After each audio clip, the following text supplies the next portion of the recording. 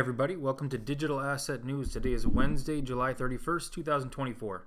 The first piece of information I want to look at today comes from Nick Carter on Twitter. Nick Carter is somebody who's been around a very, very long time in the cryptocurrency Twitter world, cryptocurrency talk world. He's a Bitcoiner, I would say. As you can tell by his icon there with the Bitcoin eye, with the laser eyes. He put out this post about Trump's speech at the Bitcoin conference. These were the points that he took from the speech. First, fire Gensler. Trump said he was going to fire Gary Gensler. That got a huge round of applause at this Bitcoin conference. Everybody who's been in crypto and has an investment in it just hates Gary Gensler. Gary Gensler is the way he has gone about basically trying to stymie the entire industry in the United States has kind of been the bane of our existence since he has been the head of the SEC. Even within the SEC, you can see Hester Peirce's comments. There's just whatever his motivations are behind the scene, getting him out would be good for the industry. And Operation Choke Point 2.0, so all these lawsuits from the SEC against legitimate crypto businesses like Coinbase, like Uniswap, etc. And Operation Choke Point 2.0 and Progressive's war on crypto. Create a strategic Bitcoin reserve in the United States, but from the United States government. Clarify crypto rules within 100 days when he starts in the office. And embrace stable coins for U.S. dollar dominance. So I think that's another narrative to watch out for, is the stable coins not as a threat to the dollar, but as a way to export the dollar. And the dollar versus the Japanese yen, the dollar has not done well recently against some of these other currencies. I just saw some more content today about the dollar versus the Japanese yuan, the dollar versus the Chinese yuan, the Japanese yen. So this idea of trying to maintain the strength of the dollar, seeing stable coins as a way to do that. This is a way that crypto helps the United States. I think that he summarizes, he says everything we could possibly ask for and more. The Trump speech was so unbelievably bullish crypto. I cannot believe the market didn't react in a extremely strong way to it. Sometimes the market, it's hard to know why the market does what it does in the moment, but what came out of Trump at that Bitcoin conference, and it does seem to be it doesn't seem to be fake from the Republican side to be this pro crypto. And so if the odds of him winning, I don't know what Polymarket has right now, but the odds of it swinging back to Trump and creating a Bitcoin reserve in the United States, I just the bidding up of Bitcoin specifically, but crypto generally, by nation states is, I'm not really sure how the market did not respond more positively to that in the moment. But in the long run, let me see some of these other related tweets I have here. Ryan Watkins says, I don't think the market has fully appreciated the potential for a U.S. strategic Bitcoin reserve and constructive U.S. administration. The endgame has now begun. Expect more nation-state entities to join the digital gold rush this cycle. Again, this is how you get this chart from that Balaji put out all that time ago, the bit signal, right? Like the bat signal, the bit signal. The nation states bidding up Bitcoin and creating their own strategic reserves of Bitcoin, there's nothing bigger that can happen. I can't picture anything bigger outside of the ETFs going live and companies and pension funds able to access cryptocurrency. Again, all the most possibly positive, bullish things for crypto are happening, and the market just hasn't kind of immediately responded to it. But again, that's where, as somebody who looks at this market, an efficient market versus an inefficient market, that's where the opportunity lies. I don't think you could have more tailwinds happening in government in the United States for crypto. And for whatever reasons, the market has not quite responded to that yet. But it is what it is. Like, that's where you see these things, and hopefully you can take advantage. But so this is from Token Terminal. They retweeted this chart, the bit signal chart, and this is in response to Senator Cynthia Loomis. I'm not super knowledgeable in politics, but apparently she put forward a bill to create for the U.S. to obtain 1 million Bitcoin, or 5% of the total supply. Again, these bills get proposed, and I don't spend all my time thinking about bills and how long they take to get passed and this and that. But again, all these things seem to be lining up, and you could argue that it's only a certain percentage chance that Republicans win this next election, and Democrats continue to basically be anti-crypto. I don't understand why they would. I think there was another who was it on? Mike Novogratz said, like, more people own crypto than own dogs in the United States. So being anti-crypto is like being anti-dogs. Like, there's no logical reason for the Democrats to be anti-crypto at this point. I don't get it. Maybe they do swing back too, but it just seems like everything that is coming out of the right-hand side is like it's not just like surface level stuff. It is deeper knowledge of crypto. J.D. Vance is another. J.D. Vance as the Republican vice president nominee is another positive thing, and the things he said in the past about cryptocurrency. So I don't know that you could get much of a more bullish setup for Trump. You couldn't get more bullish statements for Trump than the U.S. acquiring Bitcoin as a cryptocurrency reserve. I do think it's kind of like this: whoever moves first is the one who, from a nation state game theory perspective, whoever moves first gets the most upside from creating a part of your national reserve being cryptocurrency. And there is going to potentially be a change in power, in world power dynamics because of that. So hard to be more bullish. It's almost like at this point, just throw it all, could I just convert it all into Bitcoin and that'd be it? That'd be fine. People look down so far down that the long tail assets, and I do as well. But the potential of even the top assets, I think if Bitcoin was at a market cap of gold, it'd be something like $600,000 per Bitcoin. So you still have, and that could be a base case. I mean, you still have at least 10x potential, in my opinion, from Ethereum, from Bitcoin. So this idea of looking all the way down for these gamble projects, and you like the feeling that you need to hit on that to, I think a lot of the younger generations, they are really financially in a really bad spot with how much college debt they have versus their wages. They do take gambles more often, but I think the potential even major higher cap coins is still very, very high for your multiple returns. So again, Nick Carter, his summary, I think, of Trump's speech was really good, and I don't think you could get much more bullish from Trump. Next piece of information I wanted to look at comes from Token Terminal. I think Token Terminal is a very, very good follow for fundamental analysis. They put out this tweet about the quarterly revenue for what they consider blue chip DeFi protocols. So they had, and this is a response to that. This person retweeted them and said, Web2 has FANG. FANG is what? Facebook. What else? Amazon. I don't know what the other A is. Netflix and Google maybe, as kind of the big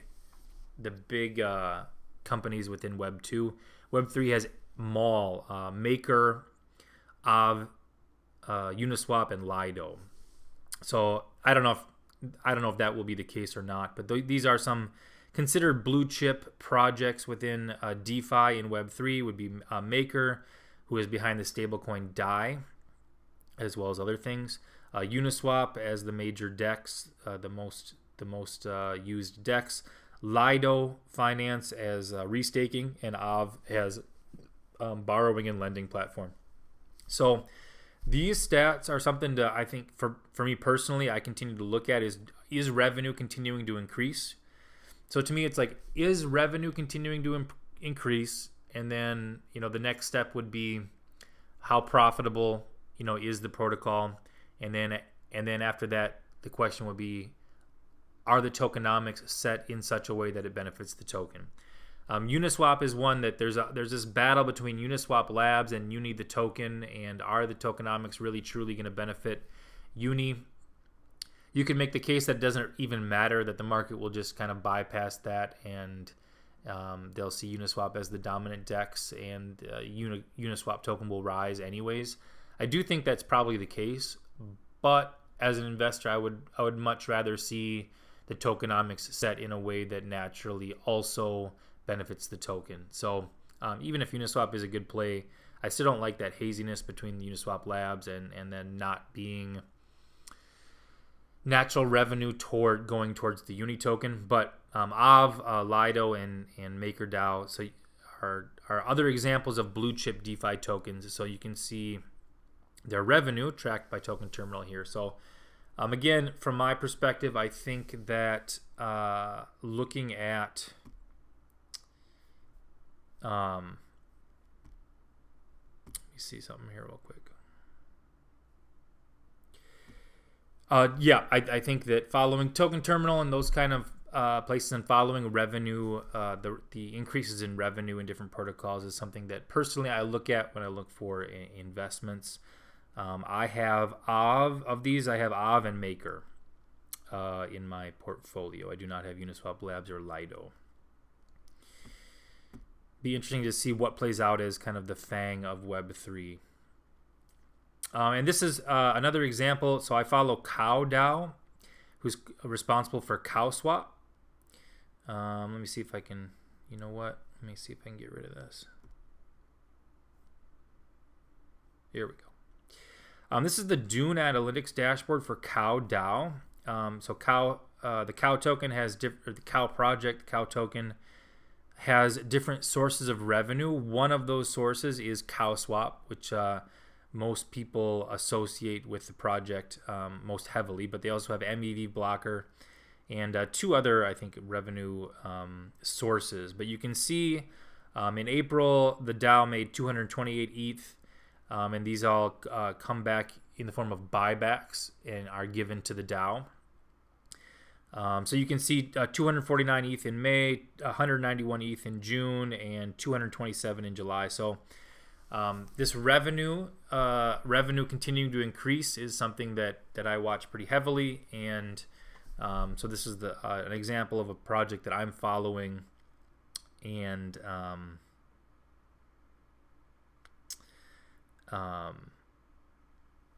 I just want to see the revenue continue to rise. So CowSwap, the other thing with CowDAO that's more recent, I don't have it pulled up right now, but they have been, Hasu pointed out that they're pretty dominant in the terms of very high worth trades. So Cow protocol, when you have big, so like when the Ethereum Foundation makes trades, they use CowSwap. As far as I know, that's kind of their primary. I don't know if they use other DEXs or DEX aggregators. It seems like, to me, they're primarily, if not exclusively, using CowSwap. When you have other DAOs that make big trades, it does seem like CowSwap is gathering a lot of those big, the highest value trades. So that might be a specialty of theirs, or it might just be that sophisticated users of DeFi are using that project. So again, I'm still really interested in Cow, the Cow token, and CowDAO myself, and I will continue to follow that project here.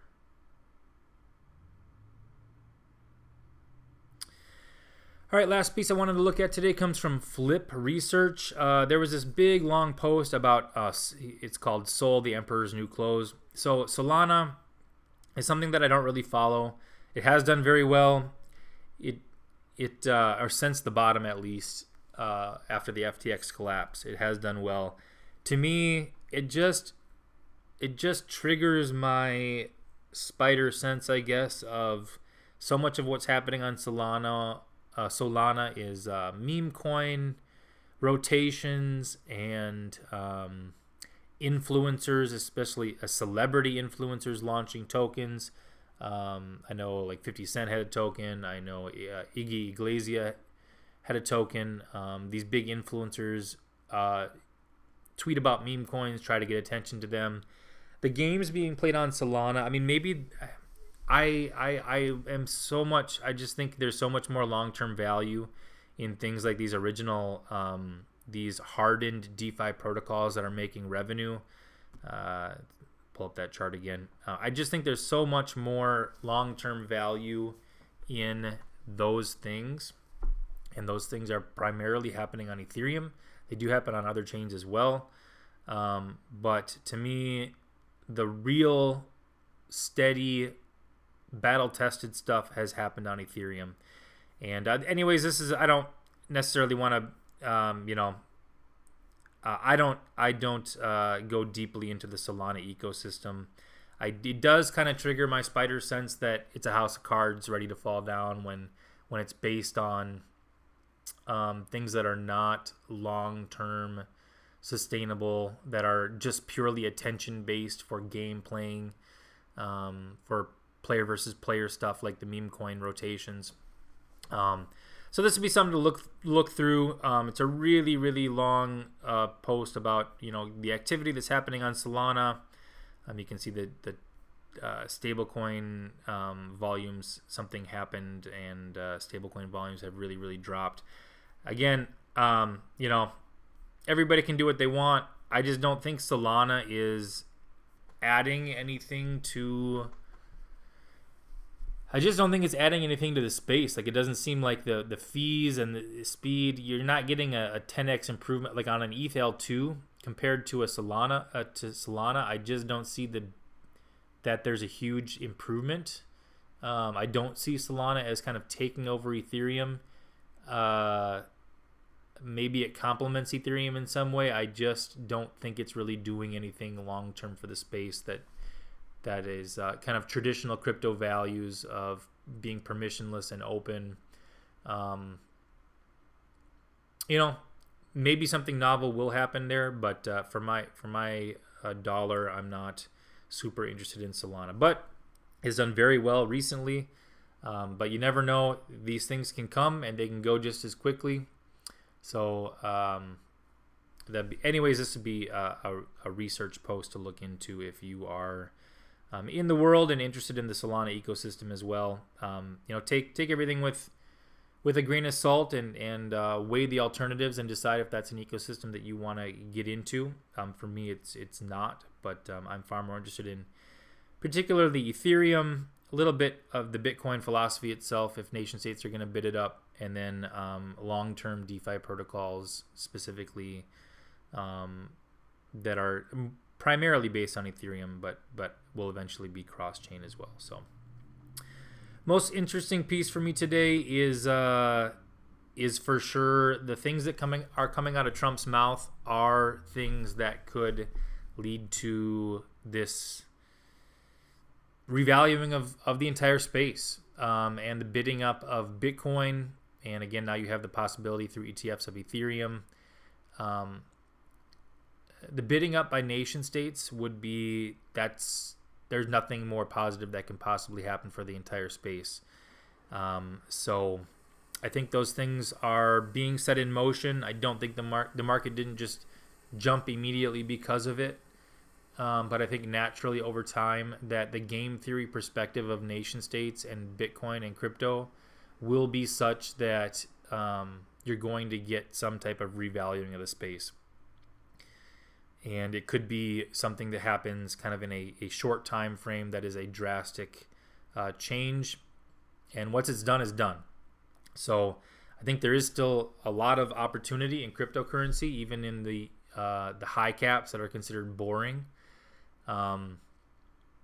It all depends on your personal situation, how much gambling you want to do. But I do think that there is still potential for 10x, even in Bitcoin itself, if you look at the longer time frame. And with the game theory perspective of different nation states bidding it up, something like that could even happen in a shorter time frame as well. So, all right, that is the news for today. If you like the content, you can like, subscribe, or leave a comment in the comment section below, and we'll see you next time.